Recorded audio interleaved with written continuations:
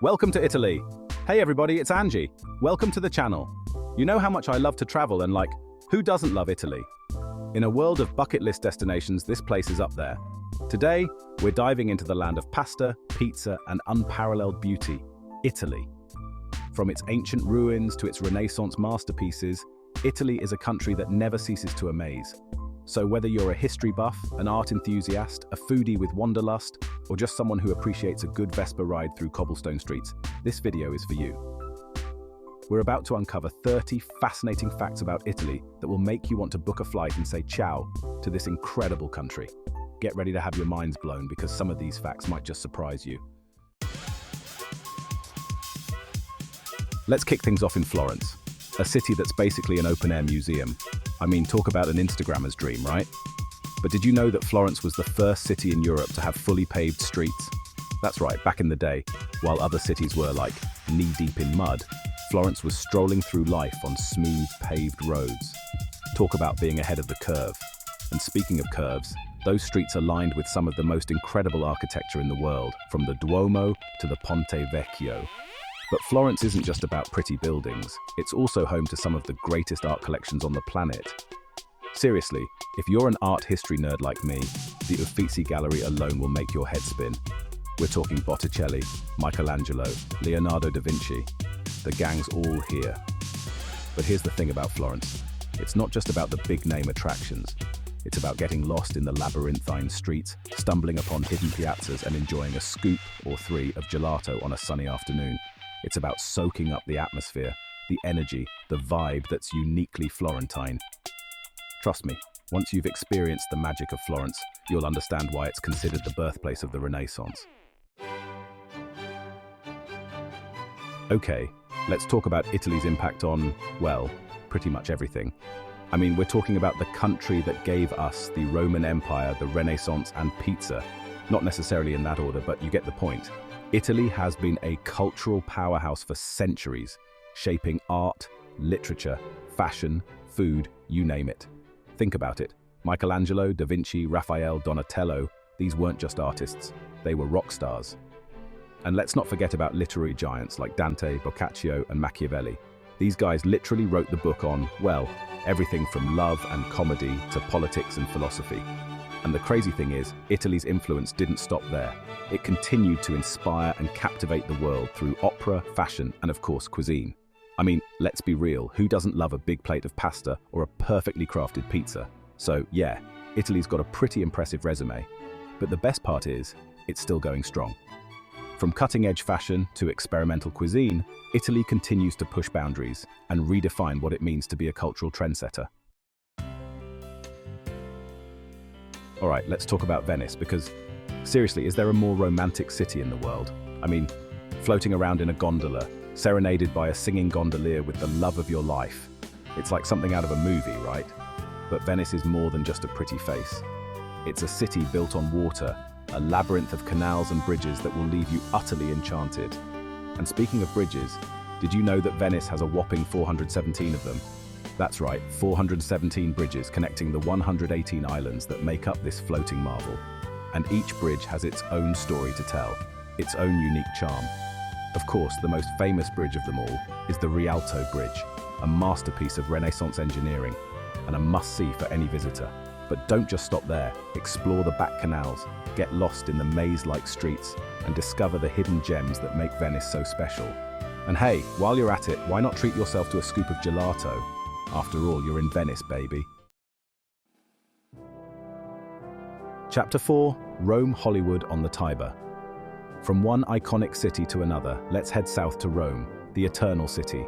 Now, Rome is a city that needs no introduction. It's a place where history comes alive, where ancient ruins rub shoulders with bustling piazzas, and where every corner you turn reveals another breathtaking sight. But did you know that Rome is also home to Europe's largest film studio? Yep, that's right. Cinecittà Studios, located just outside the city centre, has been a major player in the film industry since the 1930s. We're talking about the studio that brought us classics like Ben-Hur, Cleopatra, and more recently, Gangs of New York and The Passion of the Christ. Walking through the studio's backlots is like taking a trip through cinematic history. with sets from ancient Rome to Renaissance Florence, all meticulously crafted and ready for their close-up. And let's be real, who hasn't dreamed of starring in their own Roman epic? So next time you're in Rome, channel your inner movie star and head over to Cinecittà Studios for a behind-the-scenes look at the magic of movie making. Chapter 5. Italy, dressed to impress. Okay, let's be honest, when it comes to fashion, Italy is in a league of its own. I mean, the Italians just have this innate sense of style, this effortless chic that the rest of us can only dream of. And let's not forget about the brands, people. Gucci, Prada, Versace, Armani. These aren't just fashion houses. They're empires built on impeccable tailoring, luxurious fabrics, and that undeniable Italian flair. But Italian fashion isn't just about high-end labels and runway shows. It's about that everyday elegance, that attention to detail that you see in the way Italians dress, from the perfectly tied scarf to the impeccably shined shoes. And let's not forget about the accessories. Italian leather goods are legendary, from handbags to shoes to belts, each piece crafted with the utmost care and precision. So yeah, when it comes to fashion, Italy is the ultimate influencer. It's about time we all took a page from their book, don't you think? Chapter 6. Italy, 2 countries for the price of 1. Alright, let's talk about geography for a second, because Italy's got a little surprise up its sleeve. Sure, you've got your Rome, your Florence, your Venice, the big hitters. But nestled within Italy's borders are 2 tiny independent countries, Vatican City and San Marino. First up, we've got Vatican City, the smallest country in the world, and the spiritual center for millions of Catholics around the globe. We're talking about St. Peter's Basilica, the Sistine Chapel, the Vatican Museums, an absolute treasure trove of art, history, and religious significance. And then there's San Marino, a tiny republic perched high in the Apennine Mountains. This place is like something out of a fairy tale, with its medieval castles, cobblestone streets, and stunning views. Plus, it's one of the oldest republics in the world, dating all the way back to the 4th century. So, yeah, Italy's got a lot going on, including 2 countries for the price of 1.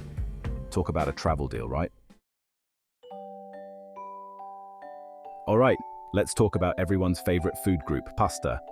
I mean, who doesn't love a big bowl of spaghetti carbonara or a steaming plate of lasagna? But here's a shocker: dried pasta, the kind you buy in a box, isn't actually Italian. I know, mind blown, right? But it's true. Dried pasta was actually brought to Italy by Arab traders way back in the 13th century, and it wasn't until the 19th century that pasta really took off in Italy and became the national obsession it is today. But here's the thing, even though dried pasta isn't technically Italian, the Italians have definitely made it their own. I mean, they've elevated pasta to an art form with endless shapes, sauces, and regional variations. So, next time you're twirling your fork around a plate of spaghetti, remember to thank those Arab traders for introducing this culinary gift to the world, and then maybe thank the Italians for perfecting it. Okay, let's rewind the clock a bit, way back before the Roman Empire ruled the world, because Italy's history goes way deeper than gladiators and togas. Before Rome, there were the Etruscans and the Samnites, 2 ancient civilizations that flourished in the Italian peninsula centuries before Julius Caesar was even a twinkle in his father's eye. The Etruscans, with their sophisticated art, architecture, and religious beliefs, had a huge influence on the Romans, especially in areas like art, religion, and even the alphabet. And then there were the Samnites, a fierce and independent people who gave the Romans a run for their money in a series of wars that lasted for decades. These ancient cultures left behind a legacy of fascinating ruins, artifacts, and mysteries that continue to intrigue historians and archaeologists to this day. So yeah, Italy's history is a lot older and more complex than you might think. It's a tapestry woven from countless threads, each one contributing to the rich and vibrant culture we see today.